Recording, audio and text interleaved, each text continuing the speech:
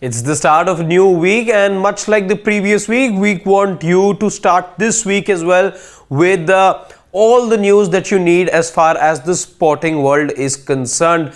Without further ado, let's quickly tell you what is it that while you may be catching on your sleep that you may just have missed as far as the sporting news is concerned. First things first, as you would already know, the test match finally begun after 2 days being washed out. We're into the 4th day. Bangladesh are 6 wickets down. That's the good bit that we have for you as far as the India-Bangladesh test match is concerned. Speaking about more cricket, let's talk about the women's team though. The women's team played their first warm-up match ahead of the first match of the T20 World Cup. They're scheduled to play 2. They've already played 1, and this was against the West Indies. The top order didn't quite perform, and that's where Jemima Rodriguez stepped up, scored a 50, got India to about 141 runs, and that proved to be enough as India sealed that particular match. They're to play one more match, and that will happen tomorrow on the 1st of October. They'll be playing South Africa before they start their campaign, which will be against New Zealand on the 4th of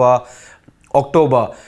Let's talk more cricket now. Since we did talk about the India-Bangladesh series, there's one more thing that I forgot mentioning over there, and that's to do with a certain Shakib Al Hasan, who just got dismissed as we speak, by the way. A sensational catch taken by Mohammad Siraj, but the fact that he continues to make the headlines for security reasons. There's a bit of an update, and this one coming from one of the Bangladeshi ministers, who's now gone ahead and said that you need to keep in mind, because security concerns have been raised by Shakib Al Hasan. He still hasn't gotten that clearance. He's expressed his desire to play that test match, play his last test match in front of his home crowd, in front of Bangladeshi supporters against South Africa, but he's awaiting a security clearance. Now, the comments being made by one of the ministers in Bangladesh are that you need to understand, as far as this whole situation is concerned, that Shakib Al Hasan has two identities, one as a cricketer, the other as a politician.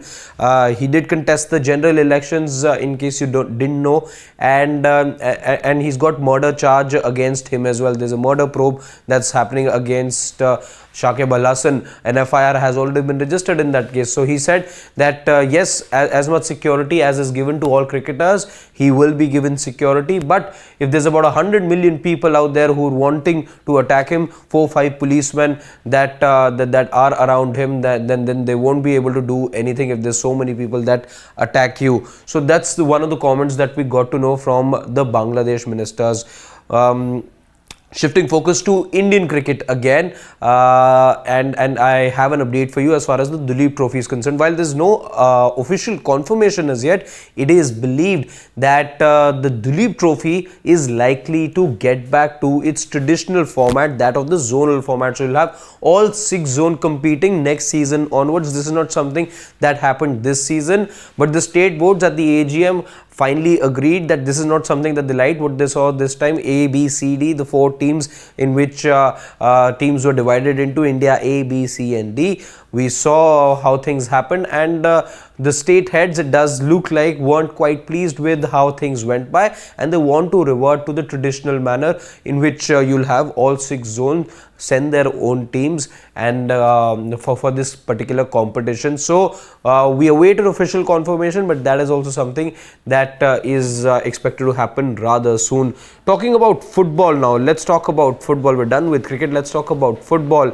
A couple of news as far as a couple of big takeaways from what we saw yesterday. Let's go to England first and talk about what happened between Manchester United and Tottenham Hotspur. A match that was being keenly looked at. It was the biggest billing match, let's say, on the day, and it didn't live up to its expectations if you are a Manchester United fan.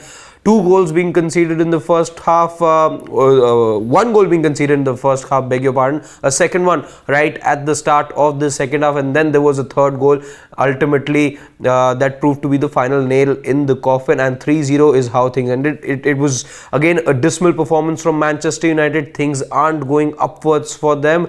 Many saying that Erik ten Hag, in fact, is now on borrowed time. His time at the club may well be over, because Manchester United yesterday, and you've seen to 3-0, 3-0 thrashings already this season for Manchester United. One against Liverpool and now against Tottenham Hotspur. Their inability to score in the first half is also getting a lot of criticism now, and Erik ten Hag really feeling the heat now.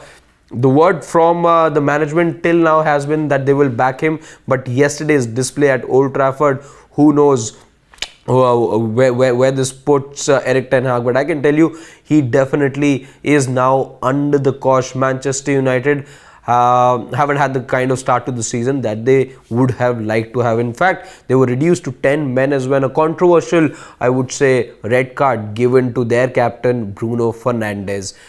That's the first match I want to talk to you about and tell you about. But the other match, and that was the Madrid Derby. An entertaining one, happened late in the night here in India if you were watching it.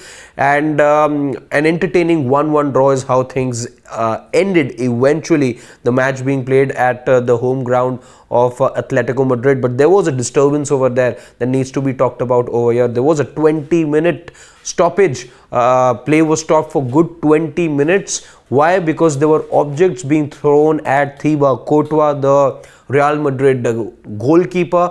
There were objects being thrown from the crowd. This is something that he pointed out to the linesmen, who then convened, all the referees convened. They spoke with the managers as well, and then it was decided that it wasn't safe for the players to stay on the pitch. They were both sets of players were sent back into the tunnel, into the dressing room. Play did resume, and a dramatic equalizer. So 64th minute is when Militao gave Real Madrid the advantage, after which there came an equalizer from Correa in the 92nd minute, if memory serves me right. There was a red card that followed in the 97th minute, and that's how Atletico Madrid secured that 1-1 draw. Very dramatic if you look at those visuals that played out at Atletico. So that's it as far as the morning wrap is concerned. It's just the start of the day. There's more news that's going to come your way, so stay tuned to Sports Today, and shortly we'll be coming live with the analysis of the first session of day 4 of the second test match between India and Bangladesh.